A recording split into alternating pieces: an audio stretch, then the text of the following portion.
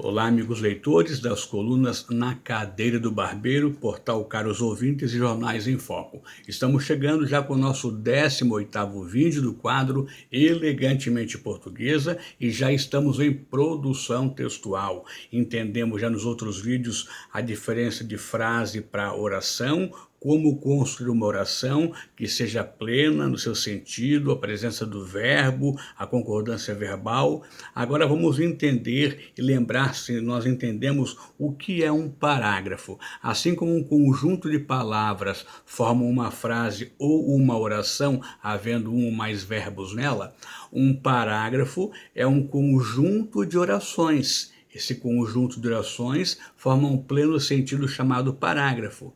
E quando fazemos ou construímos um texto, uma redação, uma carta, ela é composta por vários parágrafos: o de introdução, o desenvolvimento, a conclusão.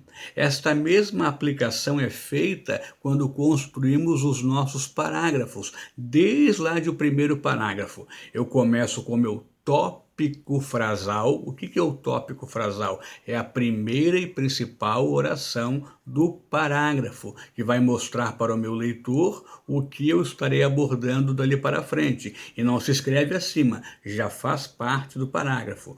O desenvolvimento, que é uma ou mais orações desenrolando e falando a respeito do assunto do parágrafo, e eu concluo aquele parágrafo com uma oração concludente, oração que conclui o parágrafo. Tópico frasal, desenvolvimento e conclusão em cada parágrafo. Importantíssimo, muitos bons alunos do ensino médio, quando partem fazer redações, textos em concursos, acabam reprovando por essa falha bastante simples. As frases que eu encontrei em livros havia frases ou orações e parágrafos longos, então eu construí brevemente esta aqui. Mais ou menos isso, João chegou de viagem. Notem que num parágrafo, a única vez que aparece um espaçamento é no início, é no tópico frasal.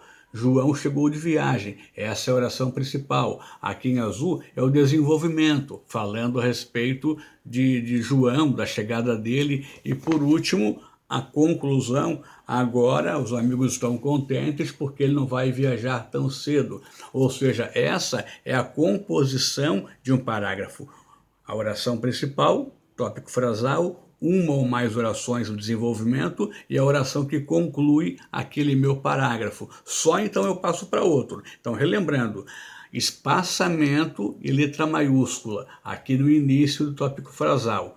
Terminei o tópico frasal, ponto. Começa o desenvolvimento dali em diante. Não importa se é o começo da linha, no meio da linha ou lá no final da linha, mas vai caber aqui, eu quero escrever a palavra faltava e vai caber aqui apenas FAL, F-A-L.